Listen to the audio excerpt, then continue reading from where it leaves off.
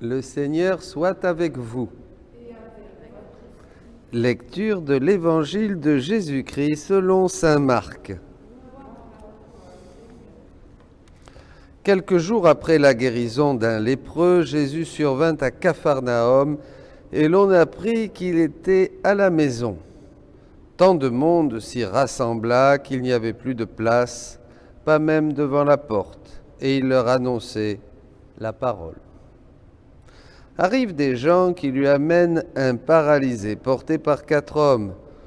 Comme ils ne peuvent l'approcher à cause de la foule, ils découvrent le toit au-dessus de lui, ils font une ouverture et descendent le brancard sur lequel était couché le paralysé. Voyant leur foi, Jésus dit au paralysé, « Mon enfant, tes péchés sont pardonnés. » Or, il y avait quelques scribes assis là, qui raisonnaient en eux-mêmes. Pourquoi celui-là parle-t-il ainsi? Il blasphème. Qui donc peut pardonner les péchés, sinon Dieu seul? Percevant aussitôt dans son esprit les raisonnements qu'il se faisait, Jésus leur dit, « Pourquoi tenez-vous de tels raisonnements? Qu'est-ce qui est le plus facile? Dire à ce paralysé, tes péchés sont pardonnés, ou bien lui dire, lève-toi, prends ton brancard et marche. Eh bien, pour que vous sachiez que le Fils de l'homme a autorité pour pardonner les péchés sur la terre, Jésus s'adressa au paralysé. Je te le dis, lève-toi, prends ton brancard et rentre dans ta maison. Il se leva, prit aussitôt son brancard et sortit devant tout le monde. Tous étaient frappés de stupeur et rendaient gloire à Dieu en disant « Nous n'avons jamais rien vu de pareil. » Acclamons la parole de Dieu. Louange à toi, Seigneur Jésus.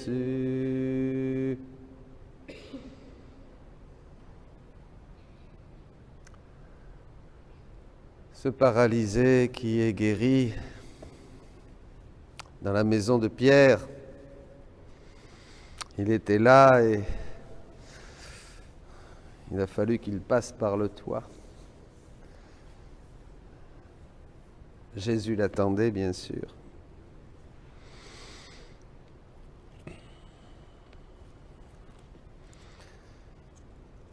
Un enseignement très important, mes amis. D'abord, cette situation, ce paralysé. Jésus, vous savez, dit combien il a souffert dans sa vie publique de voir les aveugles, les muets, les lépreux qui se présentèrent à lui. Il reconnaissait en eux l'exhalaison de la volonté humaine. Comment l'homme, sans la divine volonté, devient difforme.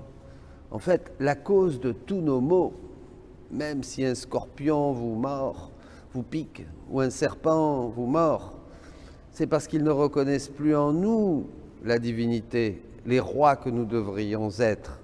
Donc même la nature ne nous respecte pas, puisque nous ne rayonnons plus cette vie divine et cette divinité. Nous sommes dans un état misérable et cette volonté humaine va jusqu'à nous rendre malades, difformes, malades d'une manière mentalement, physiquement. Voilà, donc ça c'est cette situation. Et là, je voudrais commencer, c'est un enseignement important, je vous disais, au volume 19 du 31 août 1926, où Jésus dit « Ma fille, la volonté humaine paralyse la mienne. » En fait, cet homme paralysé, c'est nous, c'est l'homme, c'est tous les hommes. La volonté divine étant paralysée dans l'homme, l'homme est malade. Il n'a plus la vie de Dieu. Donc, la volonté humaine paralyse la mienne dans l'âme, car sans ma volonté, la vie divine ne peut circuler dans l'âme, cette vie qui, plus que le sang, maintient le mouvement, la vigueur, l'usage parfait de toutes les facultés mentales de façon à la faire grandir saine et sainte, à pouvoir voir en elle notre ressemblance. Combien d'âmes paralysées par le manque de ma volonté. Quel spectacle pitoyable que de voir presque toutes les générations humaines paralysées dans l'âme et par conséquent irraisonnées, aveugles devant le bien, sourdes à la vérité, muettes pour l'enseigner, inertes devant les œuvres saintes, immobiles sur la voie du ciel. Car la volonté humaine, empêchant la circulation de ma volonté, crée la paralysie générale dans l'âme des créatures. C'est clair. C'est pareil pour le corps, dont la majeure partie des maladies, celles des paralysies en particulier, sont dues à une mauvaise circulation sanguine. Lorsque le sang circule bien, l'homme est vigoureux, solide, n'a aucune irrégularité de circulation. Aucune irrégularité de circulation s'installe, les problèmes de faiblesse, la tuberculose, et si la circulation devient vraiment irrégulière, on reste paralysé, car le sang qui ne circule pas, ne coule pas assez vite dans les veines, provoque de grands maux dans la nature humaine. Que ne feraient-elles pas les créatures si elles savaient qu'il existe un remède pour pallier à cette irrégularité sanguine? Où n'iraient-elles pas pour l'obtenir et éviter ainsi tout problème? Pourtant, il y a bien le remède de ma volonté pour éviter le mal à l'âme, pour qu'elle ne soit pas paralysée devant le bien, pour grandir forte, vigoureuse dans la sainteté. Mais qui le prend? Il est pourtant gratuit. Elles n'ont même pas besoin d'aller loin pour l'avoir. Elles étant toujours prêtes à se donner et à devenir la vie régulière de la créature. Quelle douleur, ma fille! Voyez, mes amis. Alors cet homme est là, et je vois dans ses amis qui vont le porter, ses intercesseurs. Bien sûr, c'est comme ça que la tradition a vu aussi, ces intercesseurs qui vont le porter à Jésus. Ces intercesseurs dans la divine volonté, ces missionnaires de la divine volonté qui par leur ronde, par les réparations divines, par les intentions même de Jésus, eh bien, répare Jésus déjà, parce que ce qui est crucifié, il y a cette croix que souffre la divine volonté dans cet homme paralysé aussi. Il y a la nature humaine paralysée, mais je forme ta croix et tu formes la mienne. L'homme est défiguré et Jésus est défiguré pour cause, vous comprenez. Donc nous avons une grande mission aujourd'hui. Parce que par nos rondes, par nos réparations, par nos prières et nos supplications de la divine volonté, eh bien, nous portons, nous ouvrons cette maison, le toit de cette maison, pour amener ces âmes à Jésus. Et des grands miracles se produisent. Et là, je vois que cet homme va communier au Christ. Jésus est là, dans la maison. Il le disait hier, il n'a pas besoin de faire grand-chose pour guérir, puisqu'il est la vie. Il peut tout, il ressuscite les morts, il fait entendre les sourds, voir les aveugles, il est la vie même. Il est là. Et cet homme va descendre, porté par ses intercesseurs. Et il va arriver devant Jésus, et il va communier au Christ. Comme la communion que nous avons à la messe. Et s'approcher de Jésus. Et c'est très beau, parce que Jésus va le guérir. Voyez ? Et il va marcher. Il va partir. Il va déployer ses membres. Il va être plein de vigueur, vigoureux. Il va lever les mains au ciel. Il va rendre grâce. C'est l'homme rétabli, parce que le Christ lui a donné la vie. Et Jésus est libéré aussi dans cet homme. La divine volonté retrouve cette circulation dans tout le corps de cet homme, voyez, puisqu'elle est le mouvement, l'être et l'existence.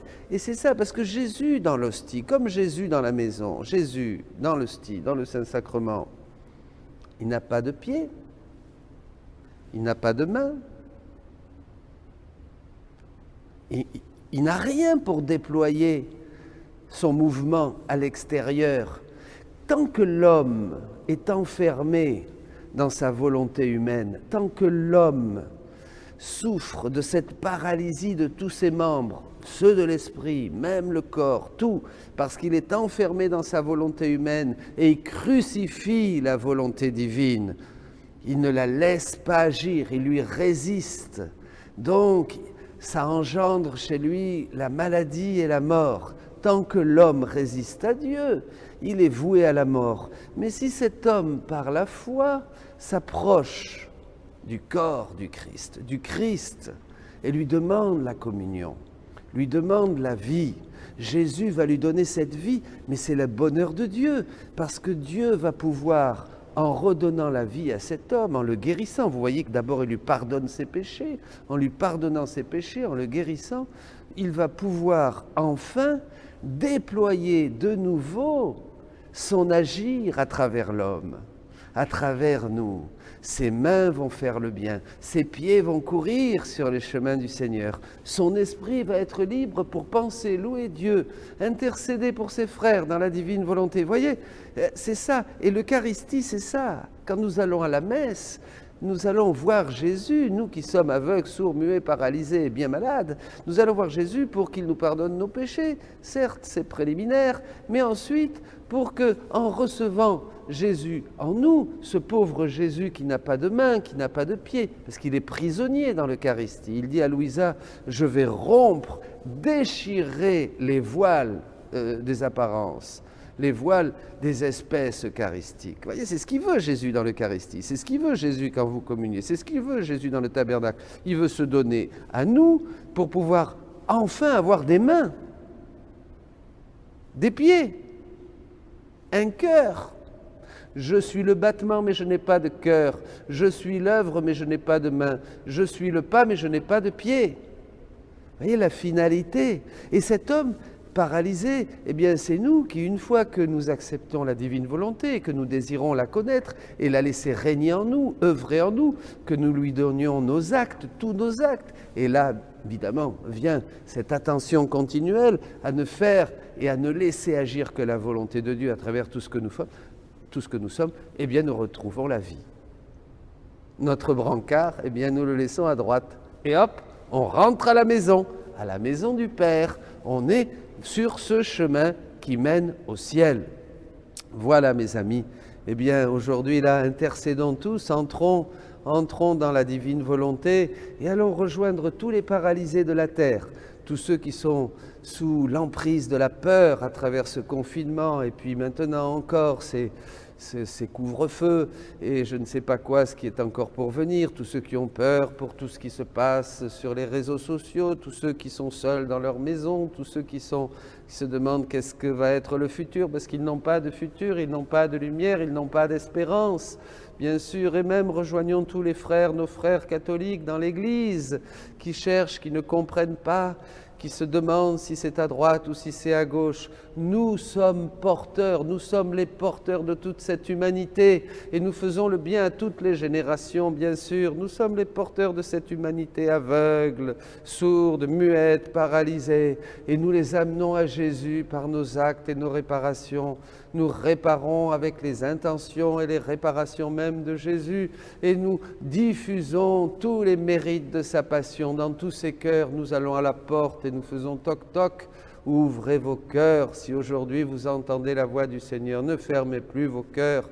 Nous leur prêchons la parole de Dieu, cette parole que nous rencontrons vivante dans nos rondes, qui ne sont pas des pieuses intentions, mais des actes. Nous sommes là avec Jésus, nous nous approprions ces trésors de grâce de cet évangile éternel, parce que le Christ est le même hier, aujourd'hui, demain. Nous les faisons nôtres et nous diffusons. Rappelez-vous toujours, mes amis, que dans la divine volonté, ce ne sont pas des intentions, ce ne sont pas des pieux désirs, comme on faisait avant dans la sainteté humaine, et très méritoire, avec de grandes souffrances, bien sûr, mais ce sont des actes, parce que par la divine volonté, nous entrons dans l'acte unique et éternel de Dieu et nous pouvons rejoindre toute la création pour y mettre notre je t'aime et nous pouvons rejoindre tous les moments de la vie de Jésus pour nous mettre notre je t'aime et pour les faire nôtres et pour permettre à Jésus de reproduire en chacun de nous ces événements, ces évangélisations, ces guérisons,